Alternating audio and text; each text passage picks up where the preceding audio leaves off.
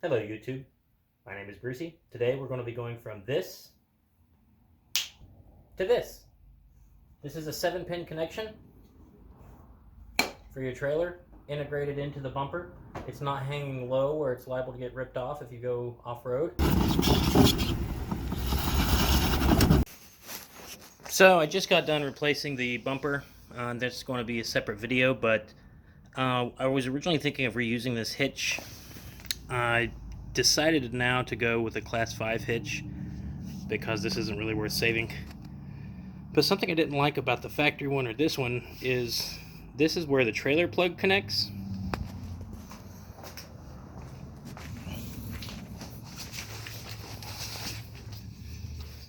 You can see that right here is where it went from the factory, and it hung down quite low. You can see the bottom of the bumper there. So I went and I found this really cool 7-pin connection plug that has both a 7-pin and a 4-pin, which is great because I often rent U-Haul trailers, and I believe all U-Haul trailers use the 4-pin. There are no 7-pins. But I also realized that I'm going to have to drill into this brand new bumper that I just installed, but I'm going to install it right here because it's protected there, and visually it will kind of set off the symmetry from the spare tire access. So unfortunately we will have to drill here, but hey, drilling's fun. So I've already kind of test fitted where I want it to be. I believe right here will clear. I would like it to be a little bit further over, but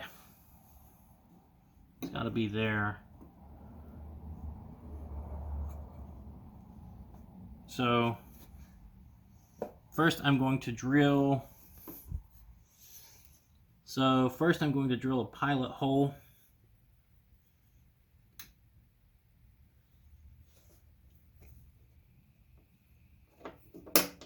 I'm going to use a center punch.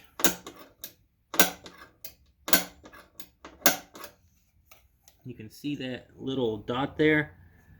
That helps the bit from walking.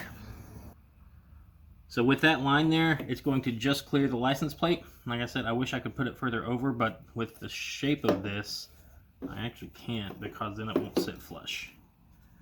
Which, ultimately, is fine. So actually, even though I made that mark just now, I'm going to move it over, about an inch.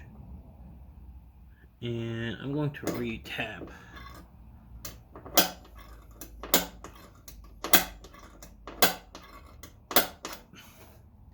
So this spot should still clear.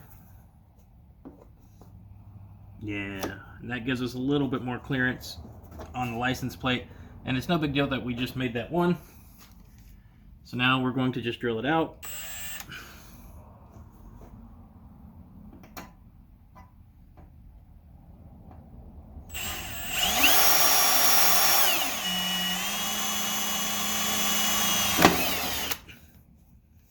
Brand new bumper.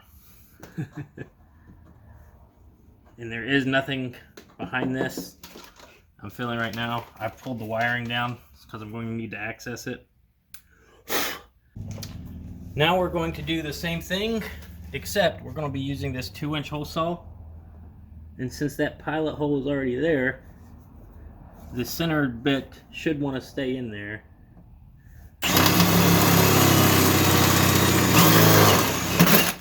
Ooh. Ooh. Let's do low.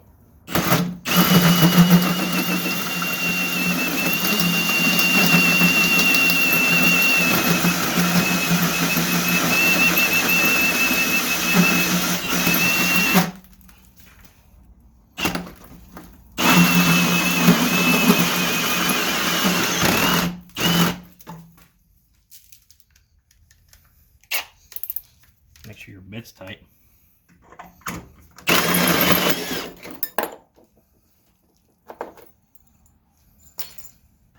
A great idea here, something that I didn't do, would be to have a vacuum ready for all these metal shavings. I didn't expect quite that many. I'm going to use a leaf blower.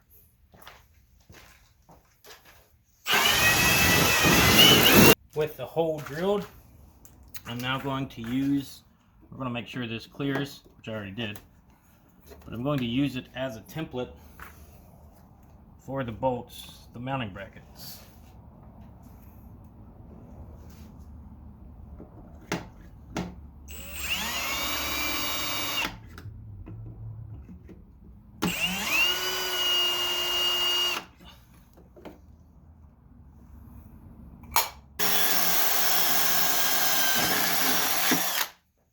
Jeez.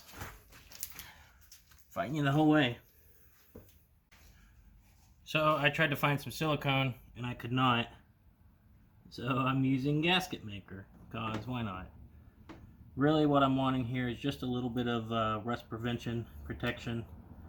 Be very careful when you're doing what I'm doing, because it's going to be very sharp, needless to say, and messy. But I figured a little bit will go a long way.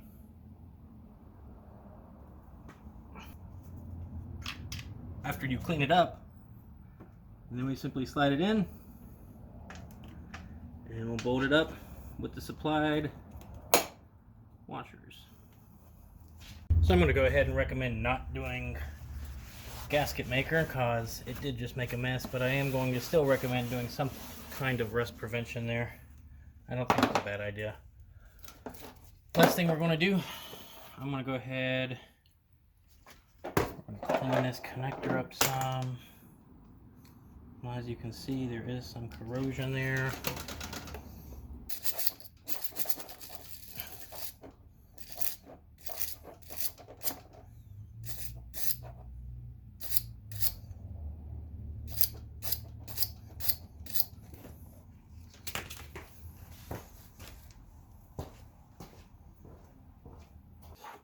And with it cleaned up, it actually does come with a supply of grease. We'll apply some grease in. Oh, whoa, whoa, to keep the connection safe. And we'll just shove it in there. This will help it have any more corrosion.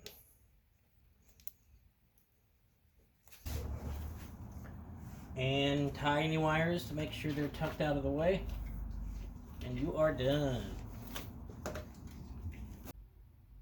Hope this video helped somebody. Thanks for watching.